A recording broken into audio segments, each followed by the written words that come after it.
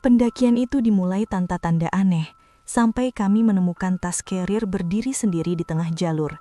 Tidak tergantung, tidak roboh, seolah ada yang baru saja melepasnya. Aku menghitung napas, lalu bertanya, siapa yang berhenti di sini? Tidak ada jawaban. Hutan sunyi, tapi terasa menatap.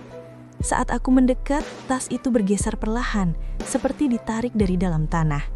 Raka berteriak, "Jangan sentuh!" Tanah di bawah tas menggembung, lalu terdengar suara orang mengerang pelan, seperti terkubur namun masih hidup, memanggil minta tolong. Bau busuk menyebar cepat, bercampur tanah basah, membuat kakiku gemetar dan perutku mual tanpa alasan jelas, sementara malam turun terlalu cepat di sekeliling kami. Kami sepakat menjauh, tapi jalur di belakang tiba-tiba menghilang tertutup akar besar. Dini menangis, berkata jalur ini tidak ada tadi. Aku memaksa tenang, meski jantung berdegup keras. Dari dalam tanah, suara itu berbicara jelas. Aku belum selesai. Tanah di sekitar kami bergerak, membentuk tonjolan seperti tangan berusaha keluar. Raka berbisik panik, ini bukan orang tersesat. Bau busuk semakin kuat, dan aku sadar tanah itu bernapas, mengembang dan mengempis mengikuti ritme suara yang terus memanggil nama kami satu persatu. Kepalaku pusing, pandangan berkunang, seolah hutan menolak keberadaan kami sepenuhnya dengan niat jahat yang perlahan bangkit dari bawah kaki kami semua. Kami berlari tanpa arah, tapi tanah terasa lengket seperti menarik langkah. Suara jeritan kini bercampur tawa berat, tidak manusiawi. "Berhenti!"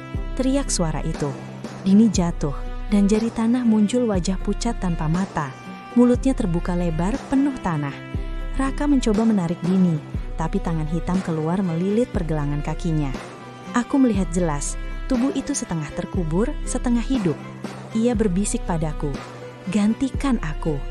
Saat itu aku tahu, gunung ini tidak membunuh. Ia menyimpan korban yang menyerah, lalu memakai mereka sebagai isi jalur abadi. Napas kami kacau, doa terputus, dan waktu terasa berhenti di tengah hutan yang lapar akan pengganti baru. Aku menarik Dini sekuat tenaga sambil berteriak doa.